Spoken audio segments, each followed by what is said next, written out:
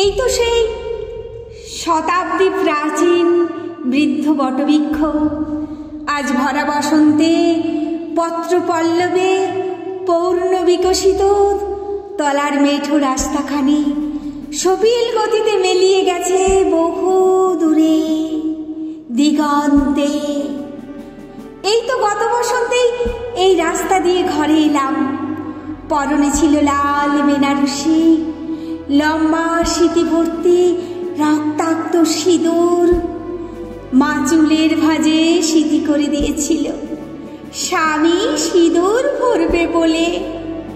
পা দুখানি ছিল আলোক্ত রাঙে রাঙা, পিসি পরিয়েছিল সদ্য বিবাহিতদের আলতা নাকি শুভির প্রতীক। পাশে ছিল মাথা উঁচু করে আমার ৬২ বছরের পক্ককেশ সুদর্শন স্বামী, যেন দাসী এনেছে রাজ্য জয় করে। পালকির হনহন শব্দ আর বাঁশির মধুর দোদনায় আকাশ বাতাস শিহরিত। আমার বিয়ে। মাকে কতবার বলেছিলাম, বিয়ে মানে কি, স্বামী মানে কি, বিয়ে হলে তোমার সাথে কি আর থাকতে দেবে না? মা ম্লান হাসি দিয়ে চোখের জল ঢেকেছিল। আমার বয়স কত তখন, ১০ কি ১১। বড় পিসি শুনে হেসেছিল। যে বটবৃক্ষ আমাকে রাঙা বেশে, রাঙা চোখে, লাল বেনারসিতে এগায়ে ঢুকতে দেখেছিল, আজ নিয়তির ফেরে সে দেখছে তারই তলায় আমি হাঁটছি সাদা ধানে। শূন্য স্মৃতিতে সব রং ঝরে গেছে ঘন্টা ৫ আগেই। হায় রে অমর বৃক্ষ, আর কত কি দেখতে হবে তোকে। পেছনে নাম সংকীর্তনের উদ্দাম নৃত্য। এখন আমি সতী হব, স্বামীর চিতায় জীবন্ত জ্বলে মরলেই পাবো সতীর খ্যাতি, পাবো অমৃত লোক। কত সৌভাগ্যবতী আমি। ১ বছরের অভিজ্ঞতাতেই শিখে নিয়েছি বিয়ে কি, স্বামী কি, সতীকে। শিখে নিয়েছি ক্ষুধা যন্ত্রণায় কাতর থেকেও আগে স্বামী সেবায় মন ভরিয়ে কিভাবে প্রতিব্রতা হওয়া যায়। যখন স্বামী এলো তখন যৌবন এলো না, আর যখন যৌবনের প্রথম কলি ফুটল তখন স্বামী সুখ নিভে গেল অস্তাচলে।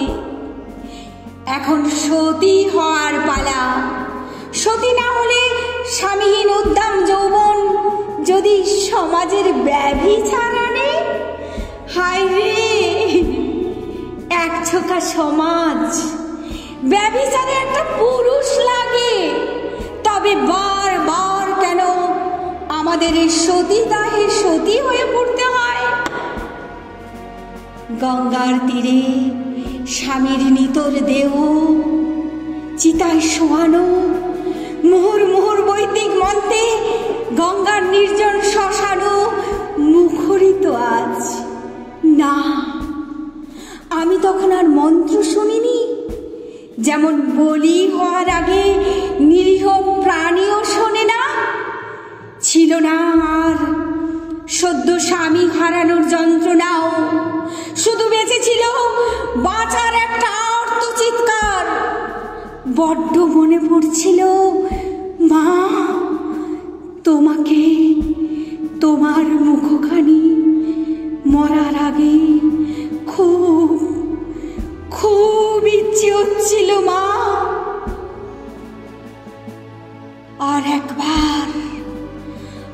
একবার তোমার আঁচল তলে শীতল পরশখানি মাখি।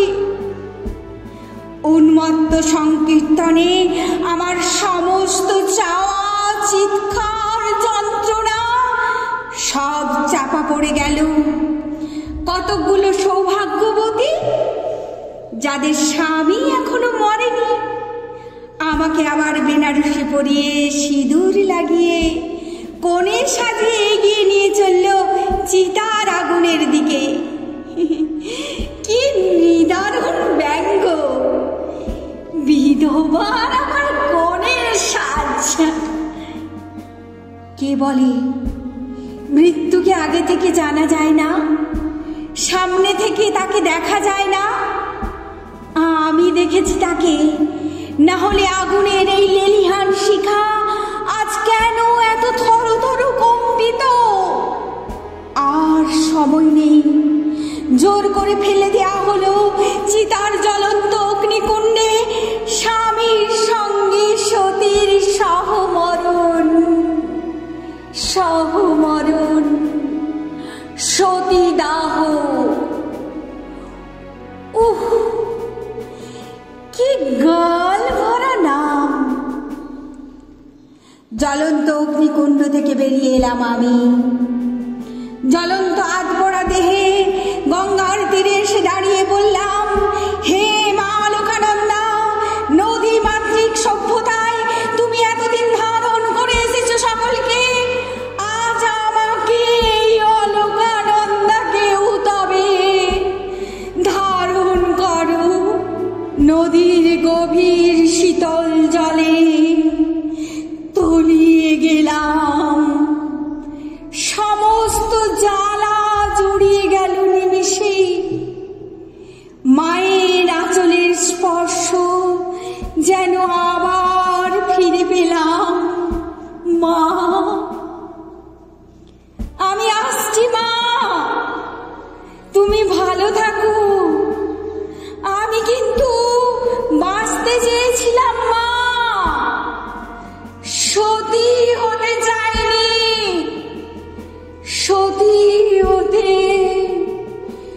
চাইনি।